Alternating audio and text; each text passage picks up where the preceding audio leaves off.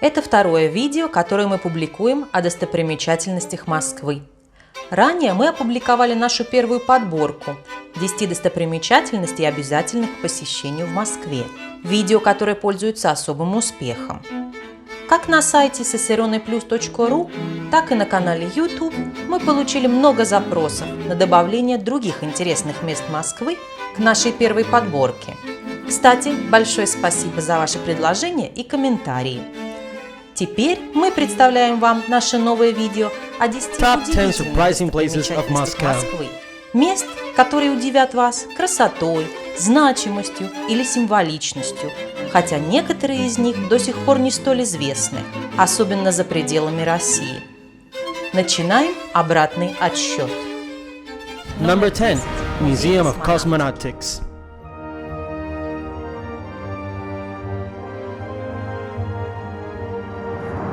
Рядом с музеем космонавтики можно увидеть титановую ракету высотой более 100 метров, монумент покорителям космоса. В музее космонавтики можно познакомиться с историей и будущим исследования космоса. В этом музее вы увидите множество экспонатов международной астронавтики или космонавтики, таких как знаменитый спутник, первый искусственный спутник Земли, запущенный в 1957 году. Спутник-2, запущенный лишь через месяц после первого, в котором путешествовала несчастная собачка Лайка, первое животное, выведенное на орбиту Земли. Скафандр Юрия Гагарина, первого человека, совершившего полет в космос и вернувшегося на Землю в 1961 году.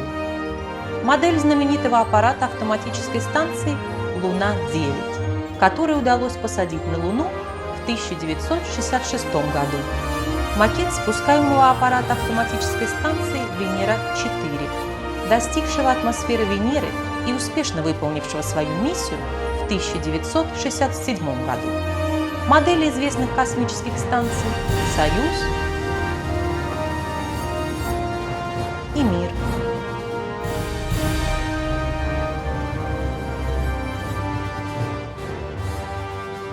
Number 9. 9. Измайлово, Кремль Кремлин. Измайлово. Мы находимся в Кремле в Измайлово. Культурно-развлекательный комплекс «Кремль в Измайлово» был основан в 2003 году. Дворец русской трапезы – это архитектурная фантазия, вдохновленная, среди прочих, деревянным дворцом усадьбы Коломенская, построенным для Алексея Михайловича Романова в XVII веке, столетие кульминации деревянного зодчества в России. Храм святителя Николая – это духовный центр Кремля в Измайлово. В высоту он достигает 46 метров и считается самым высоким деревянным храмом России. Колокольня Кремля в Измайлово располагает коллекцией церковных колоколов XVII-XX веков, звон которых можно не только послушать, но и научиться звонить в колокола, посетив мастер-класс по колокольному звону. Здесь вы можете найти большой рынок с традиционными русскими сувенирами, такими как самовар – символ русской культуры, который используется для приготовления чая, матрешки – разноцветные куклы, вырезанные из дерева, которые прячутся одна в другую, русские иконы и другие предметы православного культа. Вы также можете посетить интересные музеи, например, музей водки. Number Номер 8. 8. Moscow City.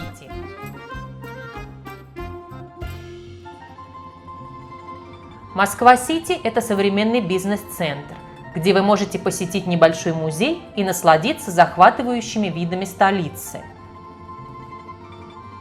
Москва-Сити расположен на берегу Москвы-реки. Мост Багратион – пешеходный мост с магазинами, который соединяет берег, где располагается основная часть комплекса, с противоположным берегом, на котором расположена только одна высотка – башня 2000.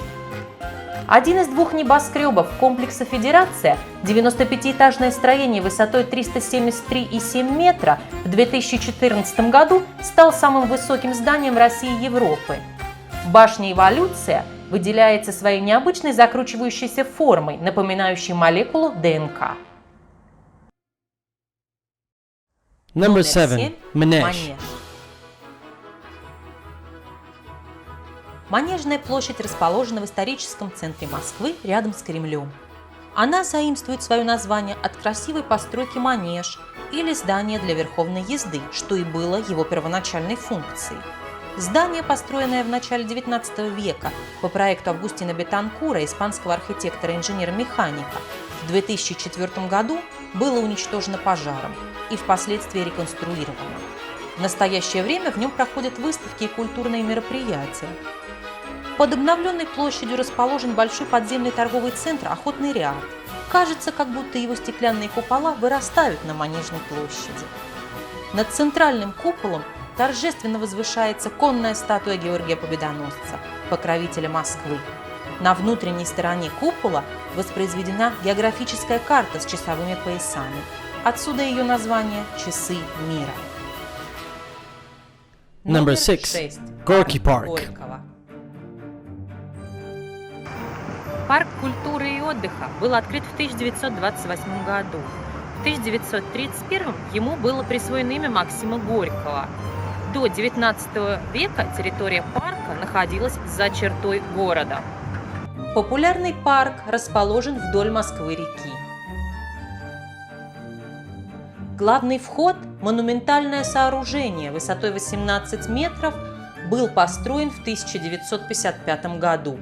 В том же году фигурный фонтан был передвинут в центр портера парка, где мы его можем видеть сегодня. Комплекс Голицынских прудов – это одно из самых романтичных мест парка Горького. Комплекс датируется 1954 годом. Там мы можем не только увидеть, но и услышать дружелюбных уток. В красивом розарии парка собраны самые разные сорта роз. На территории нескучного сада с середины XVIII века до середины XIX располагались загородные усадьбы. В настоящее время на его территории вы можете увидеть некоторые здания того времени, как, например, летний домик графа Орлова, построенный в 1804-1806 годах. Number 5. Gum. Аббревиатура «Государственный универсальный магазин» или ГУМ – это советское наследие. ГУМ был построен на традиционном месте Московского торга. Его главный фасад выходит на Красную площадь. Предыдущие пассажи, крытые торговые улицы, были снесены по причине ветхости. Новые верхние торговые ряды были построены по проекту архитектора Александра Померанцева и открыты в 1893 году. Вы можете увидеть фасад псевдорусского стиля и внутри стеклянные небеса, арочные конструкции из стали и стекла, разработанные инженером, изобретателем и новатором своего времени Владимиром Шуховым. ГУМ – один из самых больших торговых центров Москвы, где представлено множество лакшери-брендов. Фасад ГУМа достигает в длину более 240 метров. Галереи сообщаются знаменитыми воздушными мостиками. С 2007 года вновь радует посетителей фонтан в центре ГУМа. Number 4. 4. Царицыно. Царицыно.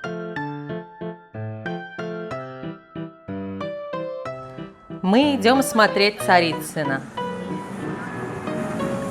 Царицыно – красивейший заповедник-музей с парком более 400 гектаров. Ранее служила увеселительной подмосковной резиденцией для императрицы Екатерины II, которая вошла в историю как Екатерина Великая. В 1775 году Екатерина II покупает имение с прилегающими территориями и меняет его непривлекательное название село Черная Грязь на село Царицыно. Придворный архитектор Василий Баженов получает распоряжение о строительстве новой резиденции императрицы. Архитектурный ансамбль возводится Баженовым на протяжении 10 лет. В 1785 году Екатерина II посещает Царицыно, снимает Баженова с должности и поручает строительство его ученику-ассистенту Матвею Казакову. Причиной этого решения является не столько вкус Екатерины, сколько связь Баженова с масонами, которые поддерживали передачу власти ее сыну Павлу. Архитектор Казаков полностью демонтирует уже завершенный Большой дворец и возводит новый с некоторыми традиционными элементами замкового стиля. Строительство длится до 1796 года, года смерти Екатерины.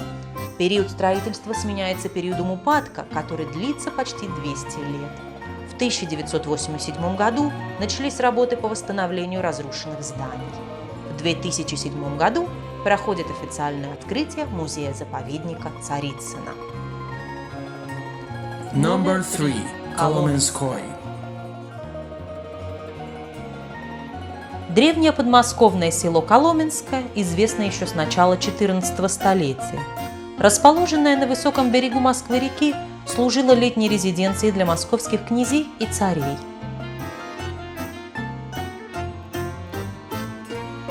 Недалеко от Москвы-реки, в северо-восточной части музея, расположены памятники деревянного зодчества.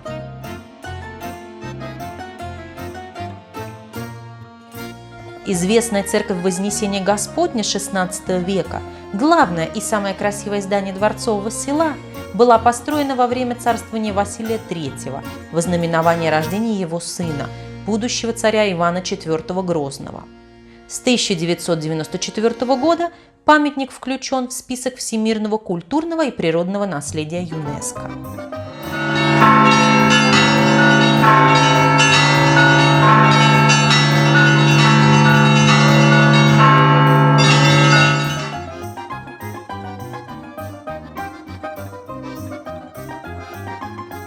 Сзади вы можете увидеть реконструкцию дворца Алексея Михайловича. Первоначальное здание дворца второй половины XVII века было демонтировано по приказу Екатерины Великой во второй половине XVIII века по причине его ветхого состояния. Были сохранены подробные планы дворца, которые позволили осуществить его реконструкцию, открывшуюся в 2010 году. Новый дворец расположен в южной части музея-заповедника.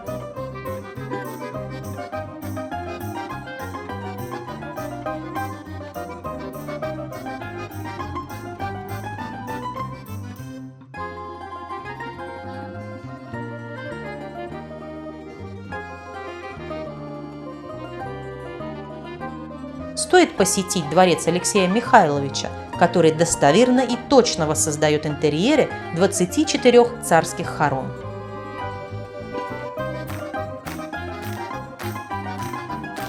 Number 2. Pushkin Museum. В центре Москвы находится Государственный музей изобразительных искусств, известный как музей имени Пушкина. В его коллекции находятся экспонаты разных эпох истории искусства, начиная с античности и заканчивая началом 21 века. Его всемирно известная коллекция французской живописи включает картины Поля Сезанна, Клода Мане, Пьера Огюста Ренуара, Поля Гогена. Среди известных представителей других стран можно отметить Пабло Пикассо из Испании или Диего Ривера из Мексики. Прежде чем мы объявим победителя нашего рейтинга, мы покажем вам 3 места Москвы, которые заслуживают специального упоминания. Нулевой километр России – это условный знак, который обозначает начальную точку отсчета километража всех российских дорог. Он расположен рядом с Воскресенскими воротами и Иверской часовней, которые соединяют Красную площадь с Манежной площадью. Это символический нулевой километр, состоящий из бронзовых пластин, на которых изображены 12 животных, обитающих на территории России. Парк Зарядье – это новый большой парк Москвы 21 века. Он открыл свои двери в 2017 году. В нем много достопримечательностей, среди которых можно отметить смотровую площадку над Москвой-рекой или парящий мост, который как будто висит в воздухе и позволяет насладиться прекрасными панорамными видами Кремля. Еще одной достопримечательностью парка является медиацентр, где проводятся выставки, некоторые достаточно крупные, с использованием самых авангардных техник. Московский планетарий – это научно-образовательное учреждение, а также объект туристического интереса. В 1929 году планетарий открылся для широкой публики. Планетарий располагает самым большим звездным куполом Европы, парком неба, большой обсерваторией, интерактивным музеем Лунариум и музеем Урании. Number 1. Новодевичий. Новодевичий монастырь и Новодевичье кладбище.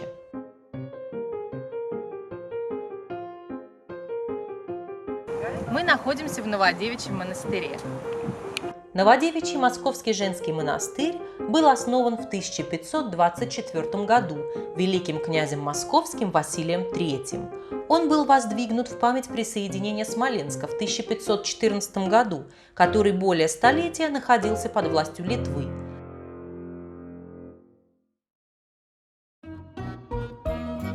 Монастырь расположен на низком живописном берегу изгиба Москвы-реки. Он занимает территорию площадью 5 гектаров, окружен толстыми стенами с 12 башнями. История Новодевичьего связана с российскими царскими особами. Царь Борис Годунов был коронован в Богородице-Смоленском Новодевичьем монастыре. Регенша России Софья Алексеевна была заточена в Новодевичьем монастыре своим сводным братом Петром Великим. В Новодевичьем она прожила почти 15 лет и там же была похоронена в 1704 году. Осенью 1994 года в Новодевичьем монастыре возобновилась монашеская жизнь, которая прерывалась несколько раз за время его существования. В 2004 году архитектурный ансамбль Новодевичьего монастыря был включен в список памятников всемирного культурного наследия ЮНЕСКО. Современная территория Новодевичьего кладбища была выделена в конце XIX века, в 1898 году.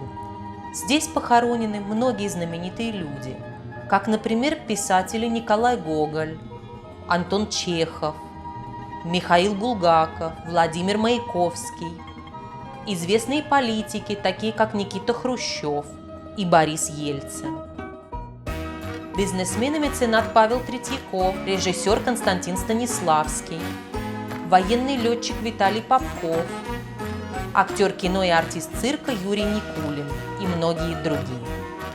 Надеемся, что вам понравилось наше видео и вы открыли для себя что-то новое. Отправляйте нам ваши комментарии, предложения и вопросы на наш канал на YouTube или непосредственно на наш сайт ssroneplus.ru.